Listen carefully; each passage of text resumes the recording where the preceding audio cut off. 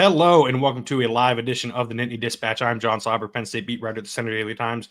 She is Audrey Snyder of InsideTheLines.substack.com, where you can go and subscribe and read all of her work. And I do not have an appendix. Well, you don't have an appendix. Penn State doesn't have a trip to the playoff, probably. Me when I went to the emergency room, or Penn State fans watching this game in today? I'm going to go with Penn State fans, and it's a double whammy if you're, which many of our listeners are, if you're a Penn State fan and a Phillies fan. Don't do this. Because that's what John and I we figured we'd wait till the end of that game. What did I do to you to deserve this? I was watching the game. My parents are Phillies fans. Their children are not, but they are. So I was like, I want to watch the game while I write. But yeah, this is bad, John. This was a very, very historically, epically, tragically bizarre, bad, really, really bad day for Penn State. Yeah, you can't really overstate how bad this was, how bad of a loss this was. You can't really overstate the impact it could have moving forward on the program. We'll get to like the game itself and the decisions and all of that at some point, but I think the only place to start is this massive overarching conversation about what happens now, right? Because this is a program and a team that was supposed to contend for the national title this year. They did not shy away from that in the preseason. James Franklin said they appreciated the expectations, and they're number one, but they didn't care about that because they were just trying to win each game each week. And like he said it was the best combination of personnel essentially that he had, right, between coaching staff and players. And I mean, a lot of us thought this team was going to contend for a national title. Both of us picked them to make the national title game. It is October 4th, and I feel like an idiot for saying that. I feel like an idiot for saying last week that I thought this defense was elite. I feel like an idiot for doing the solo pod and saying, you know what, guys, it's going to be a stress-free Saturday. You got nothing to worry about. UCLA's terrible. Like, I mean, we all were wrong. We all were terribly, terribly wrong. Yeah. Like, that to me is part of what's so jarring about this is that the game in which Penn State played today, that terrible brand of football that they rolled out there and lost, that's what they historically have not done. That's the thing they've been really good at, is like beating the teams under James Franklin, beating the teams they should beat.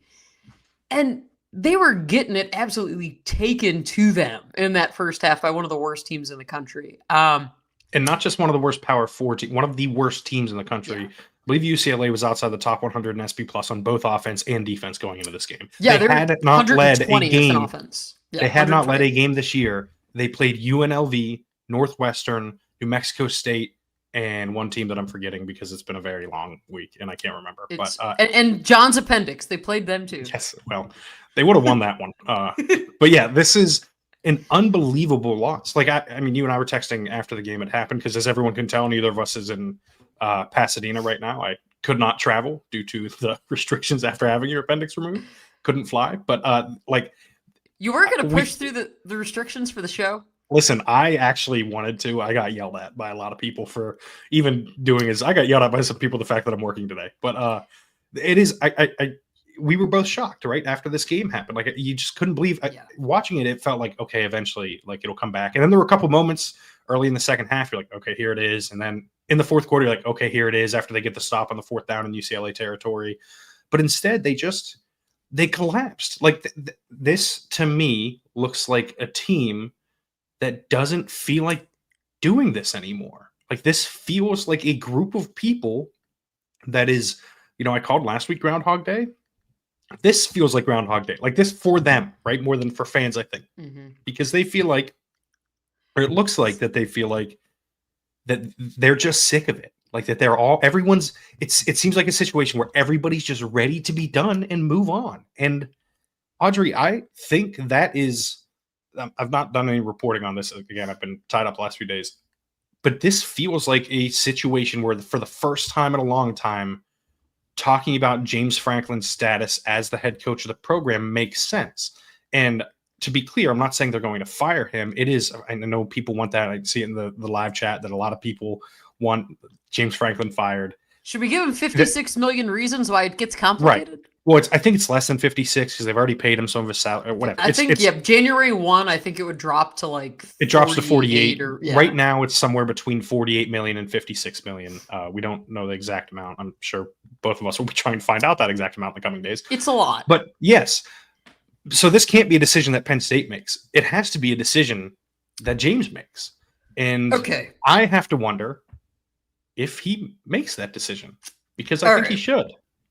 Let's back it up a little bit, because the thing that I was hearing throughout the game, literally someone texted me in the first quarter and said, if Penn State loses, is Franklin getting fired? I still have not gotten back to that person. I need to get on that. You laugh too hard. That hurts too much. But I saw that and I said, oh, okay, it's starting. It's continuing, right? Because obviously we all heard the buildup after Oregon last week from the fan base and the boos and the fire Franklin, all that. That was a much nicer loss with the benefit of hindsight compared to this one. But anyway, this one wasn't in Beaver Stadium. Although I will be curious to see what Northwestern looks like next week. That homecoming intro is gonna be something. But yeah, I think that's the piece, right? Where financially for Penn State to make this move, that is a lot of money. I think it's also, you have to think about the context of this program, the context of college sports, right? And the context of a reconstruction stadium renovation on your stadium right now. So you got that going on. And obviously revenue sharing, that $20.5 million, right? That's why you're seeing ticket prices increase, parking. Like, this is probably the worst, or one of the worst times where you could be saying, hey, like, you got to try and buy out a coach. Just because, quite frankly, it's a lot of money. And not just a coach, by the way, a whole staff who probably that's true. Some of those coaches might have significant buyouts too. And that's, again, because Penn State does not make the assistant coaching contracts public, the coordinators. So, like, we don't know what that looks like. But typically when a new coach would come in, not saying that there will be, but typically then it's a clean house. So for Penn State to be the ones to make the move, for Pat Kraft to be the one, because again, remember, John, this contract came down from Sandy Barber. This was her. What a parting gift. Yeah. Hey, James, here you go. This and I'll say some of the other extensions given around that time have really, really hampered things for the athletic department. And so this is like the situation that you're in. You have this contract and it's hefty. Really, the only way I see there being a coaching change at Penn State is if James Franklin says, hey, this is it. I can't win here. I can't do it here. Maybe I'm tired of it here. Maybe I think that senses that fans don't want him here. Not the first two things. I think it's James Franklin is a very proud person, proud of what he's accomplished coming up from what he did. Like, I wrote that big story in the offseason about, like, raised by a single mom, all that stuff. Like, he's very proud of how far he's reached. And he should be. Yes, right, of course. Like, I'm guessing look at the sport, you look at where he is in that pecking order of top coaches in the sport. He's in there, right? He's among your top 15 coaches. This is a premier job. But the problem is, John, it just feels like that they're kind of in this marriage right now, Penn State and James Franklin, and they're just staying together for the kids, right? Yeah. And, like, I don't see how this is going to get any better. I really don't. And you mentioned Groundhog Day. It just feels like the same old, same old. And within this past week, we've gotten both ends of the spectrum. We've gotten the, hey, Penn State fans, here's your big game at home, whiteout, close loss, let's tear your heart out. And, oh, hey, here's something new. Boy, this is embarrassing to lose to one of the worst teams in the country. Like, that's why this is uncharted. That's why I think this conversation's different. Yeah, and like I was saying, I don't think he wants to deal with this idea that people think less of him, I guess, is the best way to put it, right? They don't want to diminish his accomplishments that he's had, because there are a lot of them. They've not reached the ceiling that he wants to, because he said time and time again, well, not time and time again, it's been brought up time and time again, that he wants to be the first black head coach to win a national title. And I think that could be a driving factor here too. If he doesn't think, if you can't this year, if you don't even make the playoffs, if not now, this year, when? Right. Yeah. And so you get to the end of the year, and I know some people will think that, he won't leave all this money on the table. If he leaves, he will get a head coaching job immediately, probably paying just as much as Penn State pays him, if not more. He is, I think, around the 15th to 20th highest paid coach in the country. I would guess he would be in that same range if he were to go take another job. And I'm not saying these places in particular, but just of the openings, like Arkansas is open, they would pay him that much money. If Florida were to come open, Florida, who by the way beat Texas today, if that were to come open, like, it would make a lot of sense. Two, they would pay him more than he makes now at Penn State, because he's, as his extension has kind of worked its way through, it's dropping down that rankings as these things happen in the head coaching market. So the money for him, if he's going to get just as much money, if not more elsewhere, I don't think that's going to be a factor for him in making the decision. He's not going to make Penn State buy him out if he can just go anyways. Because I'm sure there's offset language too. Like $2 million if he buys himself out. Yeah, and I'm betting that Penn State isn't going to ask for it. Like, I'm not betting they're going to say that. Well, I don't know, John. That stadium isn't going to renovate itself. That's true. But even if it does, like he or the next institution like would pay that. And so this has to be a decision that he makes. I think, listen, I've not talked to James about this. We've not had conversations about this or anything like that. But I would think, based on knowing him, getting to know him over the last 5 or so years, seeing him and how he handles these things, and you know how it impacts him, the like anytime they do lose, I would think he's probably tired of it. And the parallel that comes to mind for me is when Andy Reid left, or his contract wasn't renewed by the Eagles because he'd had a lot of success. They never got over the hump. Yep. Andy Reid could never win the biggest game. It was a massive issue. He leaves, goes on, and has obviously a ton of success in Kansas City. The Eagles go on to have a ton of success without him too, winning 2 Super Bowls in that since he left. But like, it's clear to me that like Andy Reid was a great head coach who could do great things, but it just wasn't going to happen in Philadelphia. I think James Franklin is a great head coach. Like, he's a top 10 head coach in college football who probably isn't going to achieve what he wants to at Penn State. And Penn State is not going to achieve what it wants under James Franklin. So at this point, you said sticking together for the kids. Who are the kids in this scenario? Because you can just go. The kids are all going to the NFL after this. Right, year, that's right? the other thing. Star-studded, this was Penn State, and again, I know this is not what fans want to hear, and this past week, a lot has transpired with this program, but it's not going to happen this year. And after today, it's very clear it's not going to happen. And you're going to enter a rebuilding mode, and your quarterback's going to be gone, and maybe there's a new coaching staff that comes in, right? Like, you're going to have to hit reset with this roster either way after this year. So if you're going to do it, you got to figure this out. And you can hire a coach who can bring in their roster. We've seen that before. Yeah, you can flip rosters quickly these days. I mean, the thing that we do know that's in place, we know that Penn State is committed to winning, from the financial end, from hey, they went out and got Jim Knowles, they brought in Andy Kotelnicki, all these things, right? Like, we know that they want to win, but I think we're going to find out a lot more of, hey, are they content with being in this good program conversation most of the time, but clearly not able to get over the hump? And that's where this is a move that Pat Kraft has to figure out, right? Like, this is his tenure. Like, let's be honest, his tenure is probably going to be decided on what happens with James Franklin. And if James moves on, what does that person look like? But again, you're correct on this. I think it has to be James's decision. I struggle from the financial reasons to see it being the other way around. Again, I've been here since, before James Franklin stepped off the plane. But I was there that day too. And I will tell you, he takes everything very hard. He takes everything very personally. He reads everything.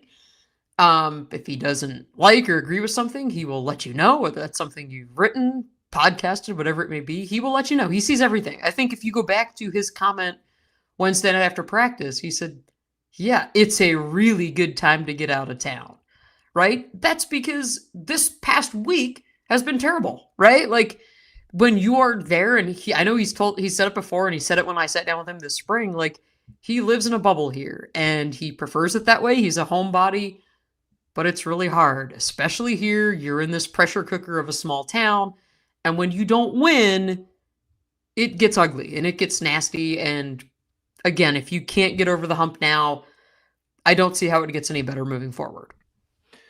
Yeah. And next year, like, being a reset anyways, if you're going to reset, may as well reset the whole thing, I guess. Yeah. And this is what's tough. Like, the inevitable question is then, well, then who do you get to replace him? Because I have said in the past, like, well, be careful what you wish for, so you don't go Pelini yourself into being way worse than you had it.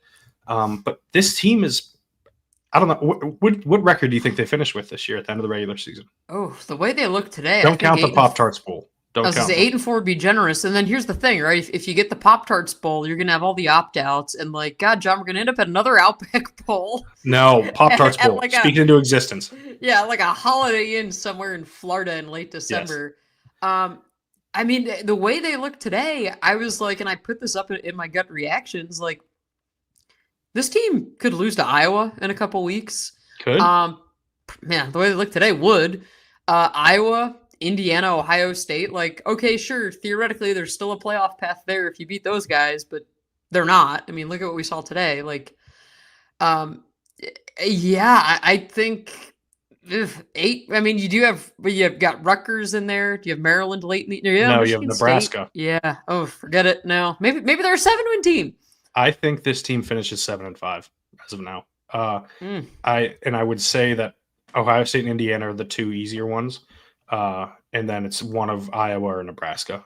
Both going to be difficult matchups. That Nebraska game could be very, very, very interesting for a lot of reasons. If it gets to that point, if are you saying that maybe Matt Rule just stays? Is that what you're saying? I didn't say State it. College's own. I may have strongly Pat Kraft's implied good it. friend. Yeah, right? I wouldn't be surprised, right? I mean, listen, I'll say it as it is. So you and I have had this conversation off the pod before. We both, for a long time, have expected if James Franklin is not, like when James Franklin is not the head coach of Penn State, it'll be Matt Rule that will be the head coach at Penn State. I don't know if that's still true. Like things change all the time. I don't want to, speak for you even with that regard, but I think like if you were to pick one, the call would certainly be made, right? Like, yes, like the conversation would be had. Like there are a lot of connections there. Personally, I would be aiming higher. I would try to hire there are a lot of coaches out there. There's like Will Stein, someone that I've gloated about on this podcast time and time again. Like I would go and try and make the swing because what people forget is that part of the reason Nebraska was so bad afterwards, they hired Mike Riley from Oregon State, who was mostly bad, and then continued to mostly be bad and made a terrible hire. So I think like they're in position if it gets to this point, because by the way, we're not at this point yet. This James is still here. And frankly, he's here as long as Are we sure he got on the plane back? Well, I'm sure, yeah. I think he's here as long as he wants to be here, and that's true for 3 years probably. Because after this season, he can. Once the buyout dips. So in 3 years, it drops to $24 million, and even then, it's like, I was going to say it's not a good sign when during the first half I was texting you and say, hey, where's the link to his contract? Because I had to send a link from a story I wrote in 2021, which is not good. And in my head, I was like, the contract's been amended so many times. Like, are you sure this is the newest one? Because, well, again, John, pour one out for my old work computer that had the contract on it. Wow, what happened there? Yeah, no. Well, you see? I made myself laugh. That one hurt. I can't do that. But this was such a historically low point for this program that I'm still, and I don't use this a lot. Like I'm still stunned that Penn State lost today, just because it was like, okay, they'll figure it out. Even late in the game, I thought, they're going to put it together when they scored those. Was like 14 points in 4 minutes and 9 seconds. That they can't, at that point, I thought like, okay, yeah, they're going to find a way. UCLA is going to blow this game. That'll be the story. We'll all complain about how bad they look, then we'll move on to next week. But when you lose, John, you don't just move on to next week, right? They're like, this was just downright ugly. And as I'm sitting here in State College watching this game, I'm like, what the hell happened to this roster? How is this roster any better than what we saw last year in the playoff? If anything, it looks worse. I think it is worse. I think a lot of the players that we expected to take steps forward didn't. I think the coaching staff, I still think Jim Knowles is probably a better defensive coordinator than Tom Allen, given what Tom Allen's doing at Clemson right now. But Knowles fell flat on his face. Like I said, last week I called this the best defense in the country. This week I look like an idiot for saying that. And sometimes we get it wrong, right? And I'll eat crow on that. Like I was wrong about this group. I was wrong about, because if you're going to be that level of defense, this kind of performance against this kind of offense just can't happen under any circumstances. And so I think I was wrong about Knowles. Torched that. Yes, and to be clear, Nico looked really good. I mean, you want to talk about a guy that maybe they should target next year in the portal. Somebody, the bag, right? There it is. But yeah, I think like clearly everyone is worse. They all seem in their own heads in a way that like, I don't know. Maybe we should have seen coming, because it's what happens with a lot of these teams, these Penn State teams in recent years, right? Like they get in their own head and they kind of can't. get out. They can't get out of their own way. They lose one, it turns into two. The comparison point that everyone will make, and it's a good one, is in, Illinois in 2021. Right, that was 2021. Mhm. And Yeah, that because year, that was, well, there were some overtures with USC at that point, and then a 9 overtime loss happened, and suddenly one side wasn't as interested in the other at that point, John. It's funny how everything comes back to California, doesn't it? yeah, I will say, we both talked to people. I thought things were happening at that point, and then they lost that game. And I heard pretty quickly that those things were no longer happening, and I wonder the impact that had on the season. And I think you had heard much of the same. Crazy but what if, isn't it? yeah, and they finished 7-5 that year. Like, we might be looking at another parallel to that. The difference is, isn't that the year he signed the extension, by the way? Like, I want to say the extension came right before that, I think. No, it had to be after that. It came after that. Yes, because I meant to look that up because it was in the. I have this on my desktop because of the snowball theory that Penn State is famous for under James Franklin, which is one loss leading to two. I had this stat, if I could find it. I had all of the times that they had lost games, like back-to-back games. Here it is. The snowball games. It was 2017, Ohio State, Michigan State. 2018, Ohio State, Michigan State. 2020, Indiana, Ohio State, which, like, I'll give you a mulligan there because 2020 was wild. 2021, Iowa, Illinois.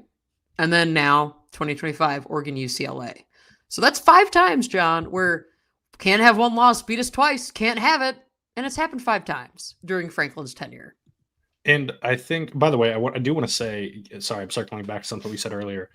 The 2021, the extension, I know everyone, and we jokingly blame Sandy Barber. There is more at play there, and there are other key figures within the board of trustees too that had an impact there, and other key figures who push those things to get completed. And it's not just on, like, now Sandy Barber has to approve it, all that, but like, you're operating with the whole board here. Yeah, there's a lot of people at play there. The reason why that happened, that frankly James had on his side. But yeah, I think the fact that this happened should we invite the chairman of the 2021 board on the pod, John? Is that what you're saying? Well, not the current one. Yeah, I mean, and you can, again, it's like you can go back at the time too, and then right away James Franklin starts thanking the chairman of the board for the contract, right? And it's like getting shout outs and press conferences. Yes. And you're like, not a coincidence. That's how universities work, right? I mean, that's the thing. But to James Franklin's credit, when he took the job, he didn't know who his bosses were going to be, right? With the interim athletic director and Dave Joyner, obviously then the university president, like that whole thing. I mean, he's been here a long time, John. That's the other piece to this, right? Like, at some point, it just runs its course. Yeah, like you mentioned the Andy Reid thing. You've seen so many teams go through it, like the Packers with Mike McCarthy, right? You win a Super Bowl, you get that moment, and then you're just like, oh, wow, this got stale in a hurry. But unfortunately for Penn State fans, you didn't get that moment. You got a bunch of you got a bunch of New Year's Six Bowl games. You got a team that achieved more than it should have earlier in 2016. I had somebody mention this to me today. They said, hey, remember Great to Elite? Well, we're still not there. And it's like, 7 years. You got a point. I mean, I think today, like, that's why today is so different, because for the first time for me, it feels like this could be the beginning of Penn State potentially going down a new path here in the coming months. As we outlined, though, financially, there's a lot that goes into it. But we know, John, that this is a roster that's going to be headed toward a reset. And I texted you at one point during the game and said, hey, like, what if they go and try to drop the bag and get Nico or someone like him, right? Like, imagine if you had like Dante Moore is, I feel like, a bit of an unfair comparison because now it's like he's in the Heisman conversation, all these things. But imagine if you had someone like that running the offense, right? And now, again, today, this was one of Drew Haller's better games of all. I think it was his best game of the year. Yeah, of all the weird ways today went, the quarterback was not the problem today. Yeah. 78 rushing yards, 200 yards passing, 2 touchdowns. Beautiful pass to Kyron Hudson on that touchdown. That 3rd and long, he rips off like 27-yard run. Like, this was, had Penn State come back and won this game, I was ready to say, hey, we finally got a signature moment from Drew Aller on that 3rd and long. Mm-hmm. Now, Penn State obviously doesn't win the game, so we just file that under one of those, hey, what ifs. But again, it's hard to even figure out what do you want this offense to look like when I think now you have the conversation of who's the coordinator, who's the coach. I don't know, John. Andy Kotelnicki, you've been banging the drum that this guy's head coaching material. What do we make of that? What do we make of Andy Kotelnicki? Right, and I think that's why this was such an important one for that too, because it goes from, okay, Andy Kotelnicki's not doing good enough in big games to there is a national narrative about Andy Kotelnicki and the offense in this Penn State program that athletic directors will see about, and they will be less interested, right? Like they weren't going to go back and watch that Oregon film. They would just see that they scored 24 points. Like, oh, okay, that's fine. Right now they see that this team lost to UCLA and like, okay, maybe this is not so great. We don't right? want to do this. Yeah. Yeah. And so I think, I don't know, James Franklin has always been hesitant to make in-season coaching changes. I think the last one was Yurcich, right? If I remember correctly. And I think that's the only one, if I remember correctly, of a coordinator at least. Maybe in general. I genuinely. Stubblefields was the off season. Yeah, Stubblefield was January. Yeah, I think I mean, listen, it's been a very long week. I can't remember these things right now. Ronnie. I mean, there have been a lot of offensive coaches changes here, John, and over the years. Yes, and so I don't think. Maybe I'll be wrong. Maybe I'll wake up tomorrow to texts about the changes on the staff. But I don't think that this is going to lead to changes in the immediate, right? Like, I think if anything, maybe it does like post Ohio State, post Indiana, something like that. But also at that point, if things are going that badly, is James Franklin going to make those decisions if he doesn't know that he wants to come back, right? Like, so like whenever those things happen, it does give you like little indicators of where his head's at, what he's feeling about the future of the program, what his future is, and all that stuff. So I have to imagine, much to the chagrin of Penn State fans, like it's probably just going to be the status quo until this ends. And I think that's probably one of the hardest things to deal with for fans, right? Like this idea that the next 2 months are just this. And you went from thinking you had a chance to win the national title for the first time in 40 years to now you're just kind of waiting for a season to be over and you don't know where rock bottom is because they can still get there, right? Like you saying this isn't it? I mean, if they lose at home to Northwestern next week, that's probably worse, right? Like, because there's some built-in excuses here. First game without Tony Rojas, they're traveling, blah, blah, blah. I'm not buying excuses on this I'm not either, but I'm saying you have some built-in excuses. If you lose to Northwestern next week at home, I mean, one, we already alluded to it earlier. The atmosphere is going to be a nightmare for this Penn State team next week. Will not be a happy homecoming. No, and I have to think, like, if it's like close at halftime, I don't know. This feels like it could go even worse from here. John, what happens when they introduce James Franklin on the video board pregame and your head coach of the Nittany Lions? There are going to be a lot of booze, like an unbelievable amount of booze. And it's probably deserved at this point. Like you can't win or you can't lose that game. Like we said, those are just not the games that he's lost in the past though. And that's what part of what makes this different. Maybe we should get into some of what happened in the game now. I know it's a weird to talk about because whenever it happens, people probably won't remember the game itself. Like if this leads to coaching change, they'll just remember the coaching change. But so much of today was preventable. So much of it was they looked lackadaisical. They were inattentive. Andy Kotelnicki's play calling, like that 4th and 2 to run that option let's get is to the a 4th nightmare. And 2 because your game, in many ways, your season is on the line. At the 9-yard line, about 39 seconds left in the game. Driving down the field, got a chance. Go in, score a touchdown. Then I'm curious, think they would have gone for 2, go extra point, play for overtime. I don't know what they would have done. We don't have to worry about it. Yeah, I think they're kicking that extra point because you are the better team in that scenario. You can just go win in overtime. Are they, John? Are they? I mean, yeah, even though they weren't clearly weren't today. Like so. Anyway, so they get the 4th and 2, and I'm sitting there as the ball is snapped, and you see it, the penetration coming. They just get blown up, and I say, "Wow, that was it. That was the call." And I pulled up the quotes afterward from our colleagues who are in LA, read through the transcript, listened to it. Which, by the way, James Franklin talked for less than 8 minutes afterward. which I mean, it's not a good look, but I'm also not surprised at all. I mean, 8 minutes. Again, we can save our call or conversation on the state of media, and it's a lot of money for people to fly across the country to talk for less than 8 minutes. But anyway, I pulled up the quote sheet, but wanted to run through the 4th and 2, and here's the reason. Greg Pickle of On3 asked James Franklin, "Can you take us through the headset on the call on 4th and 2?" And Franklin said, "It's a QB power read where we had an opportunity to get the ball on the edge, divide the defense, get the quarterback downhill based on the read. They brought edge pressure, which we knew it was coming, and they beat the block. We weren't able to get around. They beat the block, got penetration. You had the give read, and they had 2 guys right at the point of attack, not only for the ball carry, which would have been Trevor Pena, but also for Drew Aller. Give them credit for the aggressive cover 0 call, but we also got to make sure that we're making the blocks at the point of attack." So in that moment, with your season on the line, your play got absolutely destroyed. Because your offensive line has been bad this year. But John, I thought the offensive line was supposed to be good. Not just good, elite. But here's the thing. I can't even – what, am I going to harp on people for saying that? Because I was saying that. You were saying that. We all were saying it. Like it's one of those things like – what happened? What happened here? And I think part of it, like they kind of found a little bit of a solution in putting Anthony Donka in at right tackle and putting TJ Shanahan in at right guard. Not a good game for Nolan Rucci. I mean, I'm gonna be honest. Nolan Rucci's been a problem the entire season. Like he has not been as good as he was last year.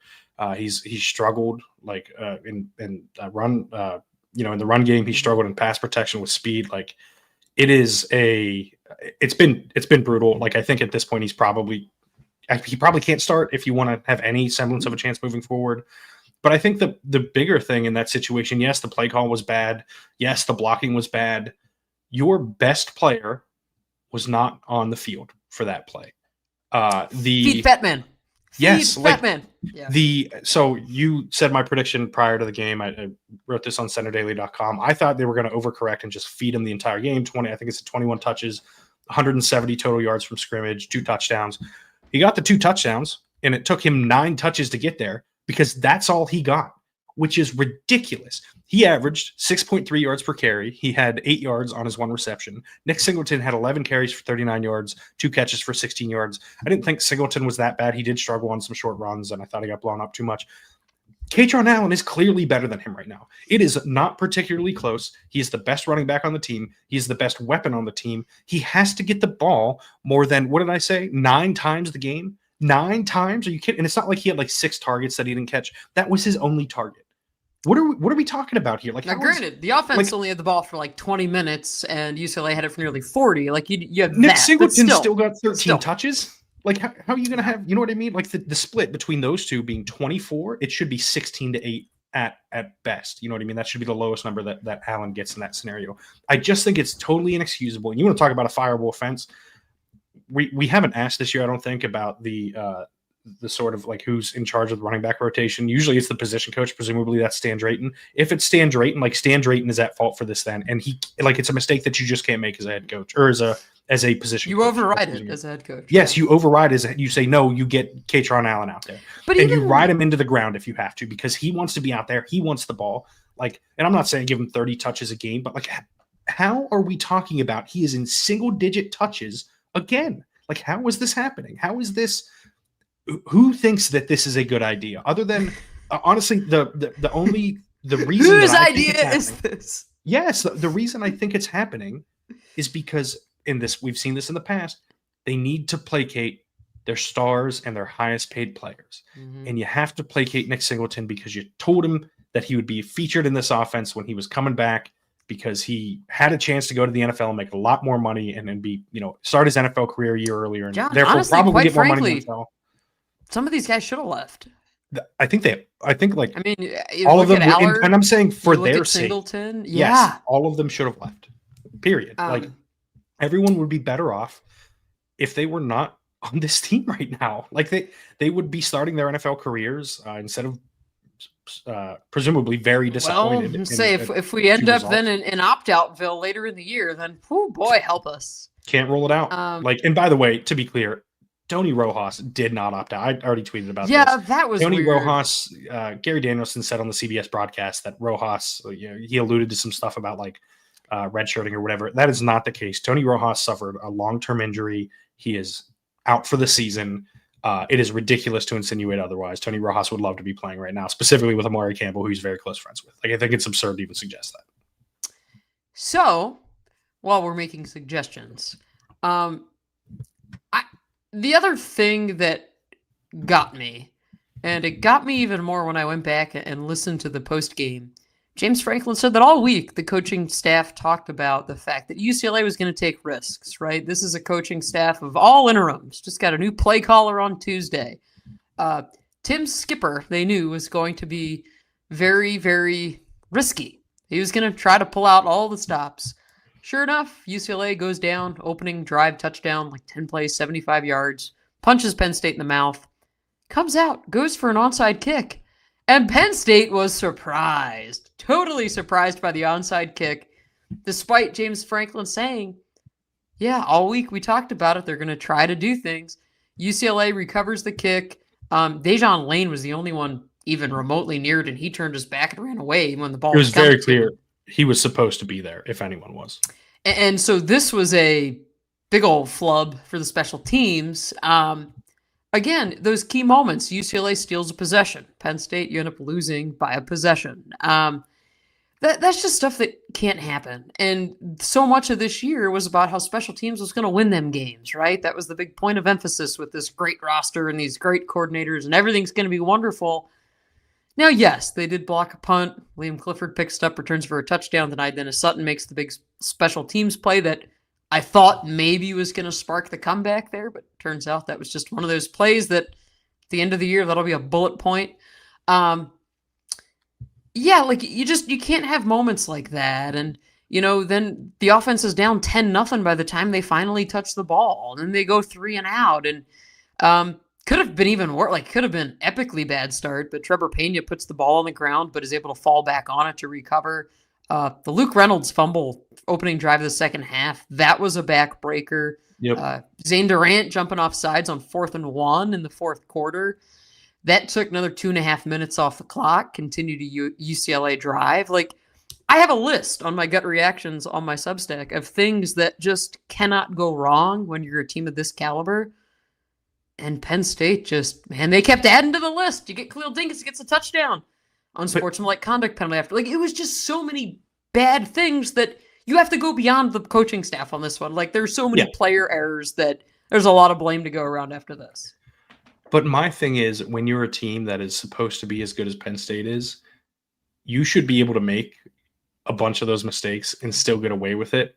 And the fact that they didn't, I think, is both indicative of where their actual standing is as a team this year. And I'm not saying any player in particular quit, but like everyone just looked lethargic out there. Like, and by the time they got down, clearly they're frustrated, but it didn't seem like anyone, I don't know. It didn't seem like anyone wanted to be there. Right. Like, and I think that is like, it is what happens before you lose a season completely. It is what happens before you either lose the team. Mm-hmm. Yeah, right. Like you lose to Northwestern, you lose to Iowa, you lose to Ohio State. Like, there's a world where they go 1-3 in their next 4 games. Like, and all of a sudden we're talking about a team that is 4-5. It's not impossible. And that is a disaster. And I'm curious to know what happens if James decides to come back, essentially. Because, and this is why I think it's more likely that he leaves than in years past, because if he comes back, the boos are going to get louder.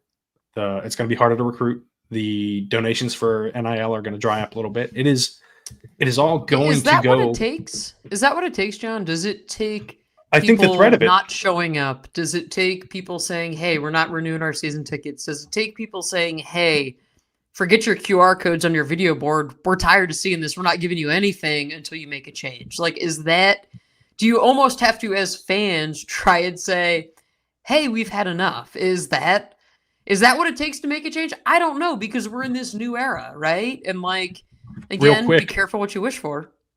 Yes, real quick. We'll talk more about that after we listen to a brief break from our sponsors. The rivalries, the marching bands, the upsets. Saturdays just got way more fun for some fan bases. College football is back. Think you know the game? Put your knowledge to the test with DraftKings Sportsbook and turn your picks into big payouts. With live betting, rivalry week odds boosts, and more, DraftKings Sportsbook has everything you need to own every Saturday. Unlike, I don't know, maybe Penn State this Saturday or last Saturday. Here's something special for first-timers. New DraftKings customers bet $5 and get $300 in bonus bets instantly. Download the DraftKings Sportsbook app and use code DISPATCH. That's code DISPATCH for new customers to get $300 in bonus bets instantly when you bet just $5. In partnership with DraftKings Sportsbook, the crown is yours. Gambling problem? Call 1-800-GAMBLER. In New York, call 877-8-HOPE-NY or text HOPE-NY 467-369. In Connecticut, help is available for problem gambling. Call 888-789-7777 or visit ccpg.org. Please play responsibly. On behalf of Boot Hill Casino and Resort in Kansas, fees may apply in Illinois. 21 plus and age eligibility varies by jurisdiction. Void in Ontario. Bonus bets expire 7 days after issuance. For additional terms and responsible gaming resources, see dkng.co/audio. Good job, John. I'm glad you're back to handle that. Yeah, that one, I'm not going to lie, got a little, the stomach pain was prevalent as I was, yeah. The incisions were about to break apart. Well, John, if you need comfortable apparel to get around those wounds, our friends over at Roback have lots of comfortable gear. Penn State fans, you can upgrade your wardrobe with the We Are collection. New customers at Roback can subscribe and use code TND20. That's TND20 as in the Nittany Dispatch 20 to save 20% off your first purchase of Roback apparel. Support your team with new gear or get the non-branded Penn State stuff if you like. It's your call. There's a lot. Either way, you can choose from. But again, that's our friends over at Roback. Check them out. Don't forget to use code TND20 to save 20% off of your first purchase. And I will say, when I went to the ER for the appendix, I was wearing a Roback hoodie and Roback shorts, and I got to say they were quite comfortable. It was very nice. Are we gonna have to put a QR code up on the show to say, "Hey, for John's appendix no, rupturage"? I don't. Instead of giving to Penn State, you can give to John. I don't like how many people texted me and asked me if I got to keep my appendix. It's like I didn't ask. It was not a concern with me. No, at no point did I see it. They don't show it off. No, once I got out of anesthesia, I was ready to go home. If they would have given you the option to keep it, would you have kept it? That's a good question. I don't know the answer to that. I think I probably would have wanted to see it. Not gonna lie, I've never seen one. I don't know. Curiosity. Speaking of painful things, let's get back to this discussion about this program and where it stands right now. You were saying before we went into break about so you basically have to hit like a fan boycott. Yeah, right. Like about the idea that fans can impact this. I don't know that there's anything any one fan can do, but I think what will happen, like the stuff that we know about, James is going to get booed next Saturday, right? Players are going to get booed. If they struggle on offense, everyone's going to get booed. It's going to be a whole thing. If they struggle and win by 7 against Northwestern, they're all going to get booed going off the field. I think that is the ring kind the of stuff. Victory bell. Oh God, I didn't even think about that. I'm going to be by that victory bell for those comments when that happens. I guess if that happens, but yeah, I think that is the kind of stuff that James will take into consideration, right? It's the kind of stuff that he probably doesn't like. Well, not probably. We know he doesn't like dealing with. He's done a better job of dealing with it this year, but I do think that if you're talking one, yes, threatening not to donate, especially if you're a big time donor, that can have an impact. That is how you impact these things. There aren't many of those people. If Terry Pagula decided James Franklin wasn't going to be the head coach tomorrow, James Franklin isn't going to be the head coach tomorrow. I don't anticipate that happening. But outside of that, this is what's unfortunate for Penn State fans and why I feel for them, because you're probably going to feel stuck. Because again, if James just decides, no, I want to try again in 26, he's probably gonna. I don't see any realistic path to Penn State firing James Franklin for at least 2, probably 3 years. And that's got to be kind of a lonely place to be if you're a college football fan who dedicates so much time to this, to caring about it, to every fall Saturday to this, just for the gut punch time and time again. I feel for Penn State fans, but I think that's the reality of it. It's a great time to launch a business covering this program, some might say. Yeah. I mean, that's the thing, right? I think if you're James Franklin, at what point do you say, I've had enough? You can walk away. I had someone, I think this is an interesting way to look at it. Somebody had mentioned to me today, I don't remember if it was on my Substack or if it was on X or Blue Sky, wherever it was. but they said something along the lines of, like, James Franklin did his time. He served this program well for his tenure, and now it's time to move on. And Yeah. I think that's a fair way to look at it, right? I think it's fair to say, like, he took a job that a lot of people would not have wanted given the parameters surrounding it. Well, and Penn he's State's had a lot of success. He's intimated that if, with the benefit of hindsight, he might not have taken it. Oh, right? no, he Because definitely he's- would not have. He told me that this summer. Yeah, had he known what he knows now, he would not have taken this job. And the not knowing now part was he didn't realize how severe the sanctions were. He didn't realize how decimated the offensive line was, all those things. But that to me is like the part of, okay, well, what do you do next, right? Like, what's that next level look like? Or John, is this just where Penn State is? Are they forever a team that's in the conversation that maybe catches lightning in a bottle once every 10 or so years and can go on a run? Is that the ceiling for this program? I think it could and should be more, but I think any program in modern college football can be a national champion with the right donors, resources, all of that stuff.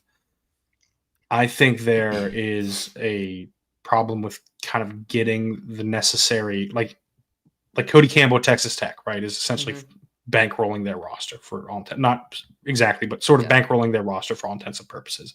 And Texas Tech has been awesome this year and probably will be awesome and looks like a playoff team and potentially a national title contender. So like, if that's to say, if Texas Tech can do that kind of in a 1-year flip, I think anybody can. The problem is like making sure that the donors are willing to do that, having people that they believe in at the helm that they'd be willing to do that for. And right now, like, I don't know. I think like donors probably don't look at James Franklin and say, yeah, I want to put money into this guy, right? Like I want to put, he's going to be the guy to get us over the top. Yeah. To be clear, I don't know. I don't think Penn State is, and I know fans will hate to hear this, I don't think they're on the level of like Oregon and Ohio State and Alabama, but it's not really because of like past history or anything. It's because those programs have more money. And I know Penn State puts a lot of money in. They're still just short of those programs, not just short. They're still short of those programs when it comes to funding and things like that. And so they're going to struggle in that regard until it gets there. But that doesn't mean that they can't win a national title. Like, it doesn't mean that they're like, I think just college football is so much different now that I think, it doesn't take, 30 years of being really good and then breaking through. I think it just takes the right set of circumstances, the right roster, the right funding to get that done. Truth be told, I don't think that James Franklin is going to get them there because I think this loss is going to do so much damage in that regard. The only way it doesn't is if they go beat Ohio State and Indiana. And you cannot find a single person right now on this planet that has watched this team and thinks that they're going to beat either of those teams in all likelihood, and definitely not both of them. It would be a very hard thing if they did go win both, though. It's 11 p.m. It's a Saturday night. It's a college town. We might find some people that maybe have had a few beverages, and I mean that's the thing, right? If you're, and I was the positive one last week on the podcast who was trying to find nice things to say about Penn State. The nicest thing I can say right now is what John just said, is that go out, beat Ohio State on the road, beat Indiana here. Everybody can forget about Pasadena and for a little bit and say, hey, you know what? That was a really, really bad day at the office, but we rebounded in a big way. And you do that, you're in the playoff. Now, realistically, what we saw today, it's not a playoff team. It's not even close to a playoff team. And now you're looking at what could be one of the biggest collapse in program history, right? Like that's where if this program goes 7-5, 8-4, even 9-3, after all that it brought back, after all that it added, all that it brought in, all the hype, all the excitement, the fact that this was a team last year that damn near played for a national championship, and you can't even get in the playoff this year, like that would be a significant step back. And as we sit here on October 4th, that sure is looking like where this season is headed. Yeah, I think it is. And that is like such an utter disappointment for not just fans, like everyone in that building, all of the players, like all of these people who put so much into this offseason. Like, we were talking about this whole time that we thought this was it. Like, this, if not now, then when? And I can't get over, I know I said this earlier, but the fact that it's October 4th, and we are saying it's over. They have not played, they are not halfway through this season. They have played 2 conference games. They have not won one yet. It is so remarkable that they have fallen off this far, this quickly. I just cannot believe that they lost to this UCLA team, which, yes, I know they had a bunch of different stuff. They have Jerry Neuheisel as the offensive coordinator. First time he's calling plays, so they're calling stuff loose and everything. Is he like 21? Like it's literally the first time he called plays. Yeah, he looks like he's like 21, 22. He hasn't been around the game long enough to be brutally aged by it yet. John, I almost, full disclosure, almost wore black on the podcast today for the funeral for the season. Nice. But then I forgot to flip the wash at halftime, so yeah, here I am. I had a Phillies hat on and a Phillies hoodie, but instead we are wearing a Sixers basketball hoodie. That's how down bad John is that he's had to pivot to the Sixers already. It's been a tough week for me. I just don't know if you're Penn State, how you get people excited about this team the rest of the season. That to me and it goes back to the point about donations, about attendance, about how are you going to get 118,000 people announced in that stadium November 8th for Indiana. I'm making up numbers now too. I know, but I can already see it. Like the announced attendance numbers are going to be very funny the rest of the year. I mean, Nebraska, right? You're going to get a lot of. Oh, this was crazy. So I went to volleyball Friday night over in Rec Hall, and I now have this big question of like, where do all these Nebraska fans come from? Because they showed up and they packed Rec Hall. Nebraska fans are always there at Penn State men's basketball games too. It's a cultural thing. And like, my sister-in-law, her family went to Nebraska and like they drove up here 3 hours to watch volleyball. They get the sweep and they head back 3 hours. Like, it's just what Nebraska people do. So that game, you're going to get a heck of a lot of red in the stadium for that. If you're a Penn State fan, and I'm sure that's our target audience here, like, I'm just curious. Clearly not our only audience. Cling to, like, what do you cling to at this point? What keeps you tuning in every week, right? Like, it's you do it because you love your team, because you want to see what happens. Like, I get it. As sports fans, we tune in, but it's hard. My recommendation: don't tune in. Just watch us. We'll fill you in on what happened. We're regardless the rest of the way. We'll be talking. We'll be going on trips. I mean, assuming John doesn't. You only have one appendix, right? It's not like. Yeah, I'm worried about the other organs at this point with the rate I'm going. All right, I'm going to put you on the spot. Oh, February 1st. Where's James Franklin a coach at? Oh, this February 1st? Yes, 2026. Oh boy.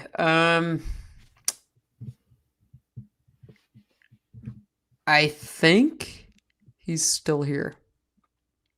I do too. And I think that is probably a good note to leave this on. And we will resume this discussion on Tuesday, probably when we go live at 7 p.m. Yeah, Thank you to everyone. We'll hear from James Franklin Monday. There'll be a lot to unpack. Yes. John will have more at Center Daily Times. I'll have more on my Substack at Inside the Lions. Yes. And don't forget to rate, review, and subscribe to the pod. If you're watching on YouTube, hit that thumbs up button down below. Hit the subscribe button. You can find my work on Twitter at John Sauber and on Blue Sky if you search John Sauber. You can find Audrey on Blue Sky if you search Audrey Snyder. You can find her on Twitter at OddSnyder4. Like she said, go to InsideTheLines.substack.com to subscribe to all her work. Go to CenterDaily.com to subscribe to mine. Please, please, please, if you're watching on YouTube, hit the thumbs up button down below. Hit the subscribe button. It is very helpful for us. We greatly appreciate all of our subscribers. This has been a tough game to watch, I know, for Penn State fans, but we are happy to have the conversation. Probably take some questions on Tuesday too, if I had to guess. So don't forget to drop into the live chat on YouTube for that. But until then, thank you for tuning in. Have a great day.